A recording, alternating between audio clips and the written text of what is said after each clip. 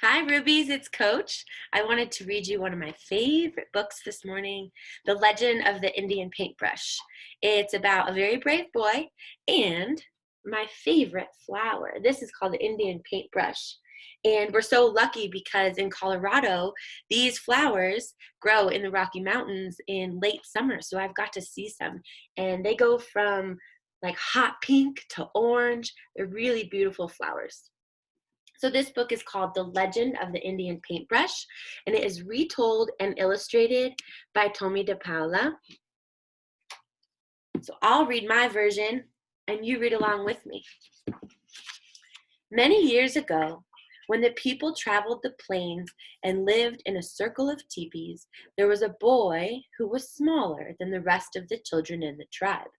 No matter how hard he tried, he couldn't keep up with the other boys who were always riding, running, shooting their bows, and wrestling to prove their strength. Sometimes his mother and father worried for him. But the boy, who was called Little Gopher, was not without a gift of his own.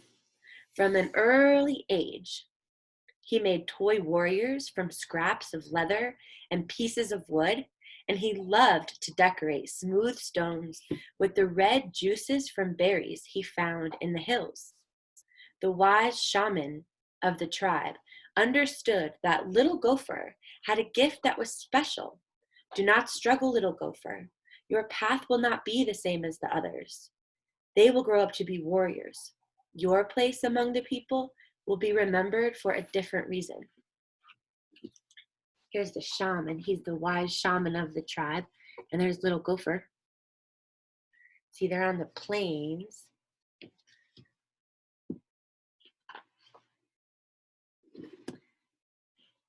In a few years, when Little Gopher was older, he went out to the hills alone to think about becoming a man.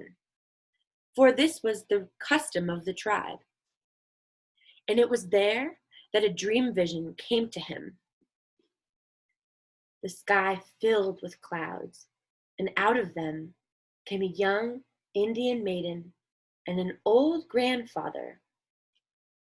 She carried a roll-up animal skin, and he carried a brush made of fine animal hairs and pots of paint. It sounds like Miss Autumn would like it.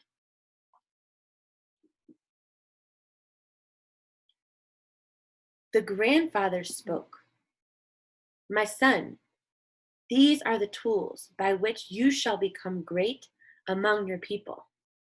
You will paint pictures of the deeds of the warriors and the visions of the shaman, and the people shall see them and remember them forever. The maiden unrolled a pure white buckskin and placed it on the ground. Find a buckskin as white as this, she told him. Keep it, and one day you will paint a picture that is as pure as the colors in the evening sky. I'll show you my pictures too.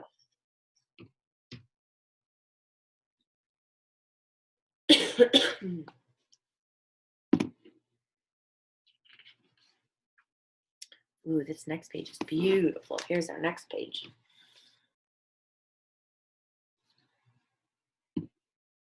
And as she finished speaking, the clouds cleared and a sunset of great beauty filled the sky. Little Gopher looked at the white buckskin, and on it he saw colors as bright and beautiful as those made by the setting sun.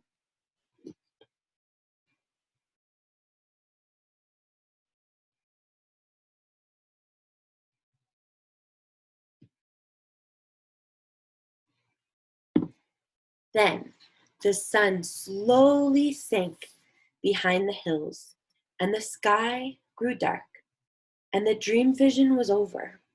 Little Gopher returned to the circle of people.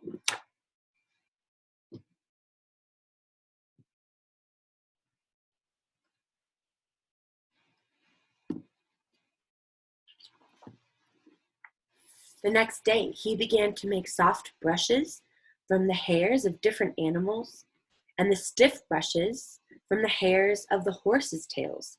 He gathered berries and flowers and rocks of different colors and crushed them to make his paints. He collected the skins of animals, which the warriors brought home from their hunts. He stretched the skins on wooden frames and pulled them until they were tight.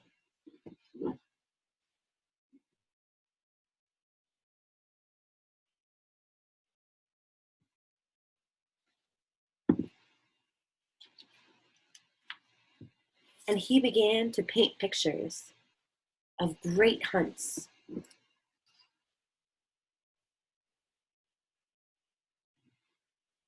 of great deeds,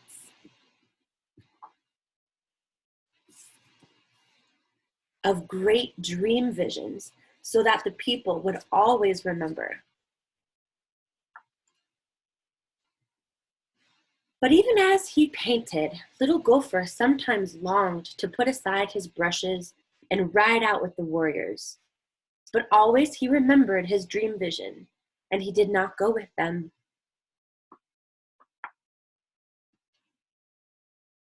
Many months ago, he had found his pure white buckskin, but it remained empty because he could not find the colors of the sunset. He used the brightest flowers, the reddest berries, and the deepest purples from the rocks, and still his paintings never satisfied him. They looked dull and dark.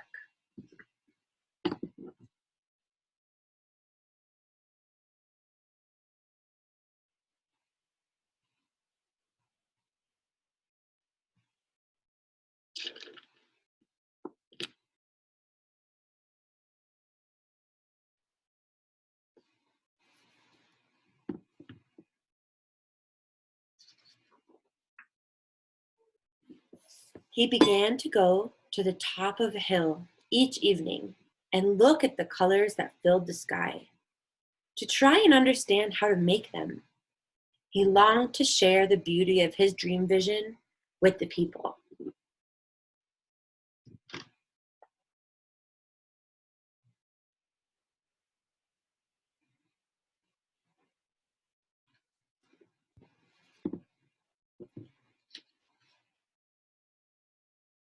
But he never gave up trying, and every morning he awoke and took out his brushes and his pots of paint and created the stories of the people with the tools that he had.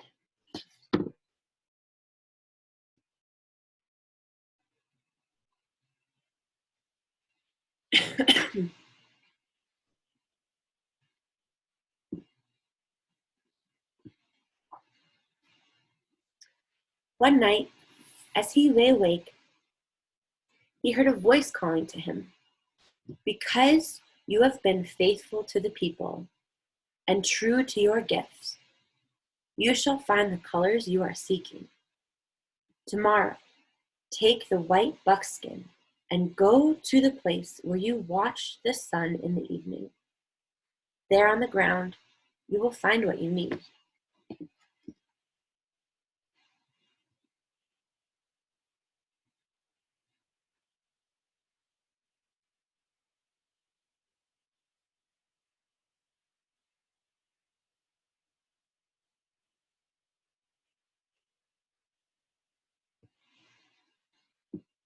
The next evening, as the sun began to go down, little Gopher put aside his brushes and went to the top of the hill as the colors of the sunset spread across the sky.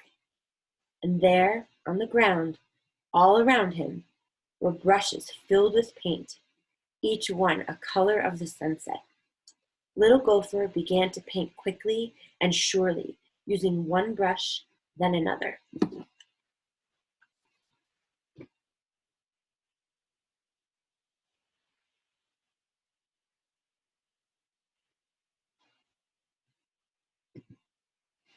And as the colors in the sky began to fade, little Gopher gazed at the white buckskin, and he was happy. He had found the colors of the sunset. He carried his painting down to the circle of the people, leaving the brushes on the hillside.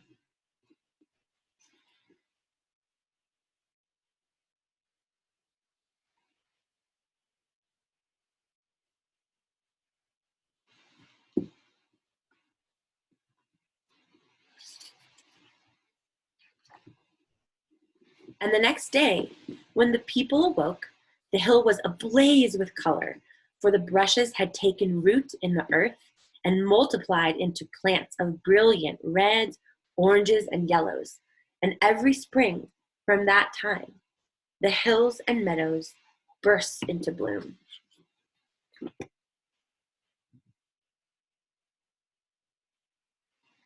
And every spring, the people danced and sang the praises of Little Gopher, who had painted for the people. And the people no longer called him Little Gopher, but he who brought the sunset to the earth. I like that name.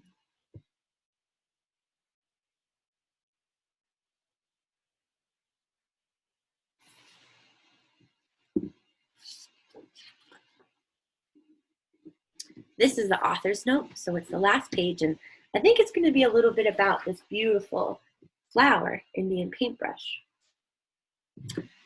The lovely red, orange, yellow, and even pink Indian paintbrush blooms in profusion throughout Wyoming, Texas, and the high plains.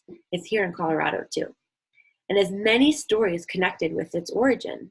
The story of the Native American artist and his desire to paint the sunset was particularly meaningful to me as an artist. There are many times when I wish I could go out on a hill and find brushes filled with exactly the colors I need. Who knows, maybe someday. The idea for doing a book on this spectacular wildflower came from my good friend Pat Henry after she had seen my book, The Legend of the Bluebonnet, which is the story of the Texas state flower. Pat is from Wyoming, where the Indian paintbrush is the state flower. Oh, lucky Wyoming. Coincidentally, Carolyn Sullivan from Austin, Texas, had recently sent me a copy of Texas Wildflowers, Stories and Legends, a collection of articles by Ruth D. Isley, which originally appeared in the Austin American Statesman.